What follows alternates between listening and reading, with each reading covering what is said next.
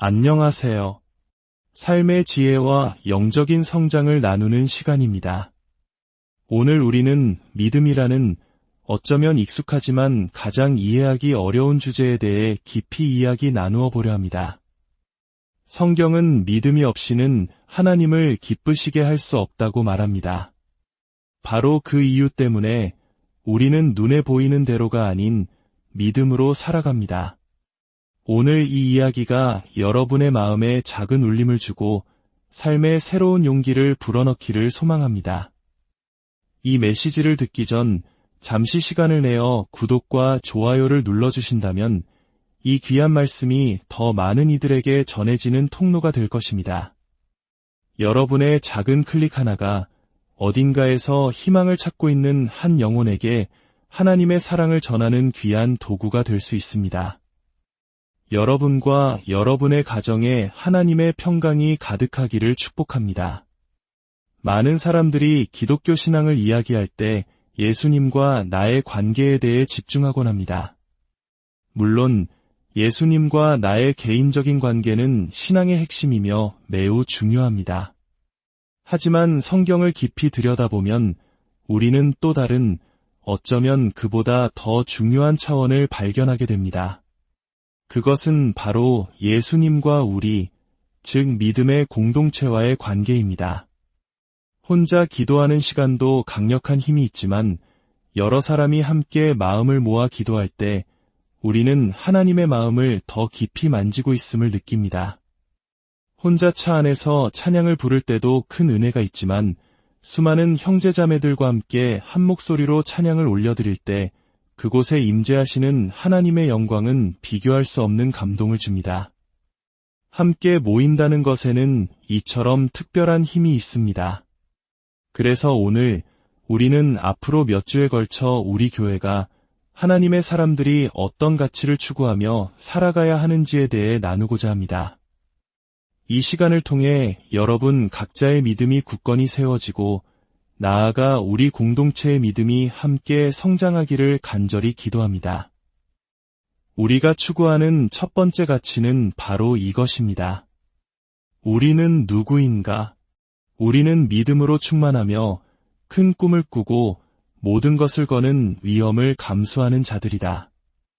우리는 결코 작은 생각이나 안전한 삶으로 하나님을 모욕하지 않을 것이다. 이 선언이 바로 우리의 정체성입니다.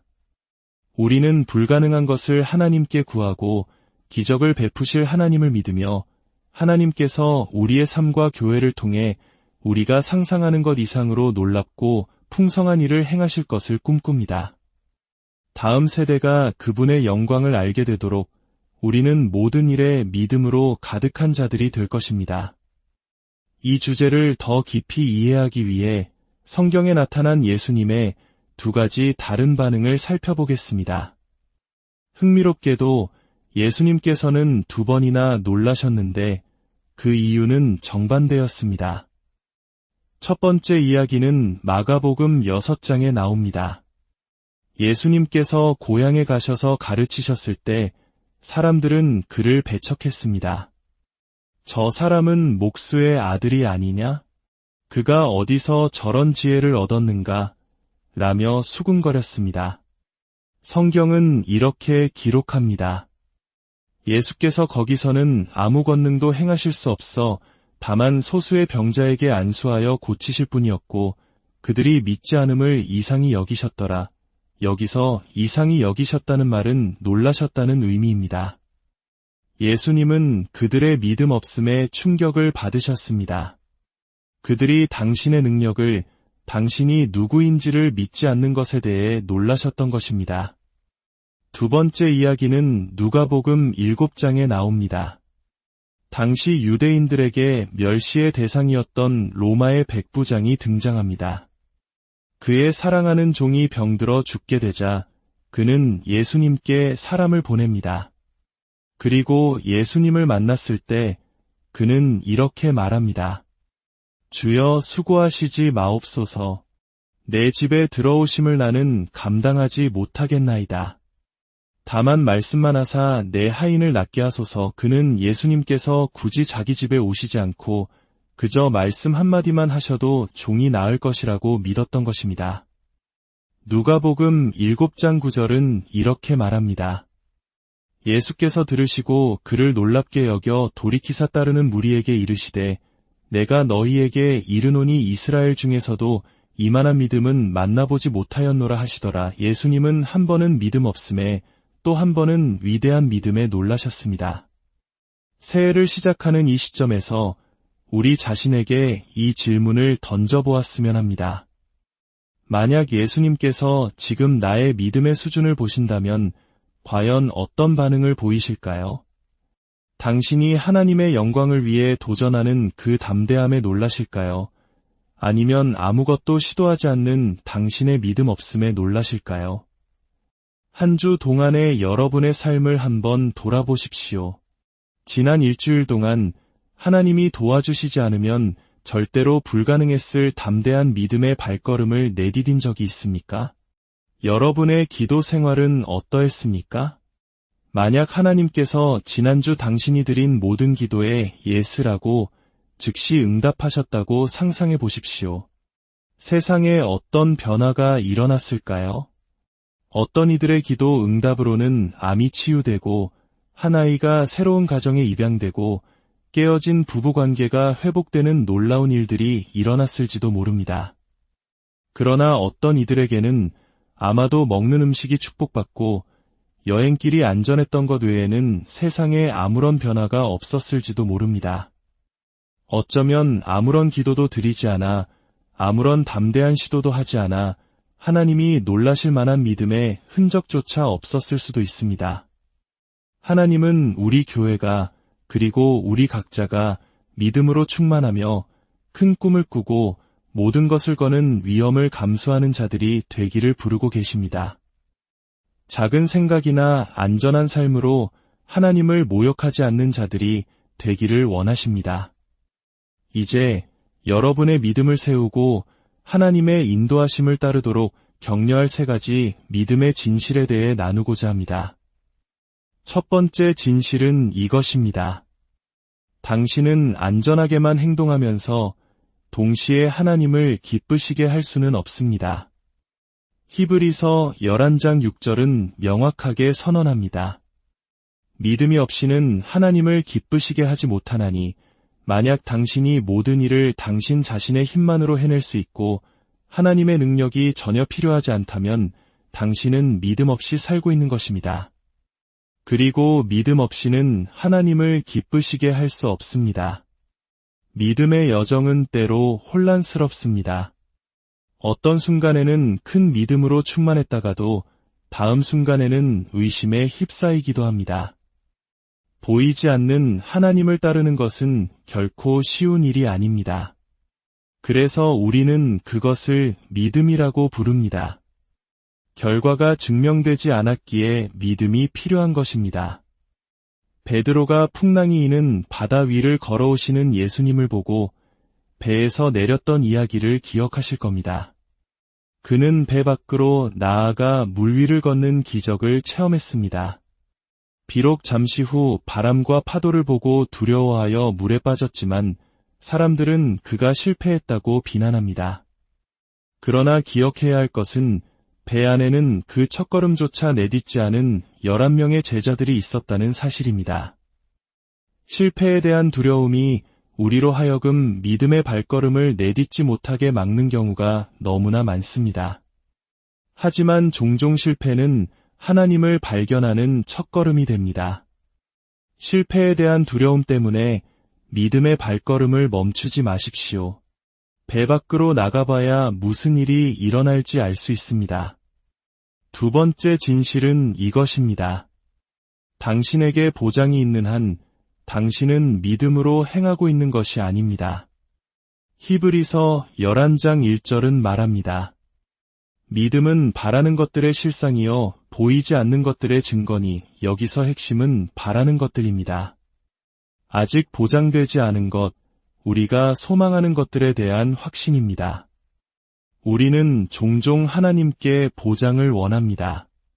하나님, 이 일이 정말 성공할 거라고 보장해 주세요. 하지만 당신은 믿음을 가질 수도 있고 통제권을 가질 수도 있지만 둘 다를 가질 수는 없습니다. 때로는 하나님, 당신이 나를 이 길로 부르시는 것 같습니다. 그렇게 되기를 소망합니다. 그렇게 될 것을 믿습니다. 라고 고백하며 불확실함 속으로 발을 내딛어야 합니다. 저희 교회가 처음 성경 앱을 만들었을 때 그것은 앱이 아니라 웹사이트였습니다. 그리고 그 웹사이트는 실패했습니다. 하지만 그 실패가 있었기에 우리는 앱을 만들게 되었고 하나님께서 이 도구를 어떻게 축복하시는지를 목격하게 되었습니다. 저는 전 세계 10억 명의 사람들이 무료로 제공되는 이 성경 앱을 통해 하나님의 말씀을 접하는 비전을 가지고 있습니다. 몇 년 전 이야기를 했을 때 많은 사람들이 비웃었습니다. 10억이라고? 하지만 우리는 이미 그 목표의 20%를 달성했고 아직 갈 길은 멉니다. 하나님의 말씀은 삶을 변화시키는 능력이 있으며 우리는 그 말씀을 전파할 가장 위대한 도구를 위탁받았다고 믿습니다. 보장은 없었지만 우리는 믿음으로 나아갔습니다. 어떤 분은 사업을 시작하려 하거나 어떤 분은 사역을 시작하려 할 것입니다. 당신은 하나님께 3단계, 4단계, 5단계가 어떻게 될지 보여달라고 기도하고 있을지 모릅니다. 하지만 하나님은 당신이 1단계와 2단계를 내딛기 전까지는 다음 단계를 보여주시지 않을 것입니다. 유일한 보장은 당신이 그분을 따를 때 그분께서 자신의 신실하심을 증명해 보이실 것이라는 사실뿐입니다. 마지막 세 번째 진실입니다. 당신의 운명을 향해 나아가기 위해서는 당신의 안전지대로부터 걸어 나와야 합니다. 이것은 마치 외줄타기를 할 때 줄을 걷기 위해 내가 붙잡고 있던 안전한 나무에서 손을 떼야 하는 것과 같습니다. 많은 사람들이 그 나무를 껴안고 놓지 못합니다. 당신의 운명을 향한 발걸음을 내딛기 위해서는 당신의 안전함을 내려놓아야 합니다. 어떤 일이 일어날지, 어떻게 끝날지 다 안다면 그것은 믿음이 아닙니다. 이것이 바로 아브라함이 했던 일입니다. 히브리서 11장 8절은 이렇게 증언합니다. 믿음으로 아브라함은 부르심을 받았을 때에 순종하여 장래의 유업으로 받을 땅에 나아갈새 갈 바를 알지 못하고 나아갔으며 그는 어디로 가는지 전혀 알지 못한 채 그저 하나님의 부르심에 순종하여 첫걸음을 내디뎠습니다. 그 첫걸음을 내디딜 때 우리의 시선은 우리 믿음의 창시자여 완성자이신 예수님께 고정되어야 합니다. 그럴 때 우리는 더 이상 눈에 보이는 것으로 걷는 것이 아니라 믿음으로 걷게 되는 것입니다. 이 진리들이 우리의 삶에 어떻게 적용될 수 있을까요? 개인적으로 그리고 공동체적으로 적용될 것입니다. 하나님께서 여러분 중 누군가에게 말씀하실 것이고 여러분은 믿음의 발걸음을 내디딜 것입니다. 어떤 분에게는 아직 그리스도를 알지 못하는 가족이나 동료에게 복음을 전하는 믿음의 발걸음일 수 있습니다. 그들이 어떻게 반응할지 알 수 없지만 당신이 순종할 때 당신의 믿음은 자라날 것입니다. 어떤 분에게는 생애 처음으로 11조 생활을 시작하는 것일 수 있습니다. 이성적으로는 이해되지 않는 행동이지만 하나님의 것을 하나님께 돌려드릴 때 그분의 축복 안에서 90%가 100%보다 더 크다는 것을 경험하며 당신의 믿음은 성장할 것입니다. 어떤 분에게는 다른 이들을 섬기는 사역을 시작하는 것일 수 있습니다. 청소년 사역, 어린이 사역, 혹은 새로운 소그룹을 시작하는 것일 수도 있습니다. 내가 자격이 될까, 내가 충분히 알까, 온갖 두려움이 들겠지만 그 믿음의 발걸음을 내디뎠을 때 몇 달 후 당신은 하나님께서 당신을 통해 다음 세대에 영향을 미치고 계심을 보며 인생 최고의 기쁨을 맛보게 될 것입니다. 당신 안에 오랫동안 타오르던 사역의 불씨가 있을 수 있습니다. 당신이 믿음의 발걸음을 내디딜 때 당신의 믿음은 당신이 원하는 결과에 있는 것이 아니라 신실하신 하나님 그분께 있음을 기억하십시오.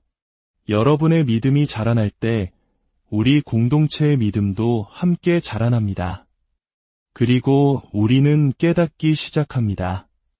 우리가 바로 하나님의 교회이며 우리가 함께 모일 때 우리의 믿음이 하나님께 닿을 수 있다는 것을 말입니다. 사랑하는 성도 여러분, 우리는 결코 안주하지 않을 것입니다. 우리는 큰 꿈을 꿀 것입니다. 우리 하나님은 우리에게 작은 사명이 아닌 모든 사람이 그분을 알고 복음이 온 세상에 전파될 위대한 사명을 주셨습니다. 교회가 너무 크다고 말하지 마십시오. 만약 교회가 너무 크다고 생각한다면 그것은 사람들을 향한 당신의 사랑이 너무 작은 것입니다. 아직 그리스도를 알지 못하는 한 사람이 있는 한 교회는 결코 너무 크지 않습니다. 하나님께서 당신을 보실 때 당신의 위대한 믿음에 놀라시기를 원합니다. 하나님께서 우리 교회를 보실 때 우리의 위대한 믿음에 놀라시기를 원합니다. 저는 온 마음으로 믿습니다. 앞으로 하나님께서 우리가 구하거나 생각하는 모든 것보다 더욱 넘치도록 우리 안에서 역사하시는 능력에 따라 행하실 것입니다. 그를 통해 여러 세대에 걸쳐 영광이 있기를 원합니다. 우리는 믿음으로 충만하며 큰 꿈을 꾸고 모든 것을 거는 위험을 감수하는 자들입니다. 우리는 결코 작은 생각이나 안전한 삶으로 하나님을 모욕하지 않을 것입니다. 이제 잠시 함께 기도하는 시간을 갖겠습니다. 하나님 아버지, 당신의 임재 안에서 당신의 교회에 놀라운 일을 행하여 주시옵소서. 이 시간을 통해 시작될 수많은 믿음의 발걸음들에 대해 미리 감사드립니다.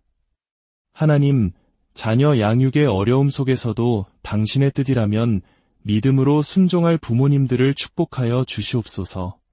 입양이나 위탁을 고려하며 수많은 질문과 두려움 속에 있는 이들에게 그 믿음의 발걸음 너머에 있는 당신의 완전한 뜻을 발견하게 될 것임을 믿음으로 선포합니다. 무엇인가를 시작하고 당신을 따르며 자신의 신앙을 나누기 위해 모험하는 모든 이들에게 함께하여 주시옵소서. 우리가 발을 내디딜 때 당신을 발견하게 될 것임을 믿습니다. 하나님, 우리가 당신을 따르는 믿음으로 충만하게 하옵소서. 만약 오늘 이 말씀을 들으시는 분들 중에 영적으로 하나님과 동행하고 있지 않다고 느끼는 분이 계시다면, 당신의 죄의 무게가 무겁게 느껴지는 분이 계시다면 바로 지금이 기회입니다. 기독교 신앙은 우리가 무엇을 하느냐가 아니라 우리가 누구를 믿느냐에 관한 것입니다. 예수 그리스도께서 우리 죄를 위해 십자가에서 죽으시고 부활하셨다는 그 완전한 사역에 우리의 믿음을 둘 때 우리는 행위가 아닌 하나님의 은혜로 믿음을 통해 구원받습니다. 이것이 바로 복음, 기쁜 소식입니다. 이제 당신의 삶을 하나님의 손에 맡기고 예수님을 당신의 구주로 영접할 시간입니다. 믿음으로 당신의 삶을 그분께 내어드리십시오. 만약 그것이 당신의 기도라면 저를 따라 함께 기도해 주십시오. 하늘에 계신 아버지, 저의 모든 죄를 용서하여 주시고 저를 새롭게 하여 주옵소서. 오늘 믿음으로 제 삶을 주님께 드립니다. 예수님께서 저를 위해 죽으심으로 제가 주님을 위해 살 수 있음을 믿습니다. 당신의 성령으로 저를 채우사 남은 평생 주님을 알고 섬기며 따르게 하옵소서. 제 삶은 더 이상 저의 것이 아닙니다. 오늘 제 삶을 주님께 드립니다. 새 생명 주심에 감사드리며 이제 주님께서 제 삶의 주인이 되어 주옵소서. 예수님의 이름으로 기도드립니다. 아멘. 주님의 이름으로 여러분 모두를 축복합니다. 오늘 들은 말씀이 여러분의 삶 속에서 살아 움직여 하나님을 놀라시게 할 위대한 믿음의 이야기들을 써내려가는 한 주가 되기를 간절히 소망합니다.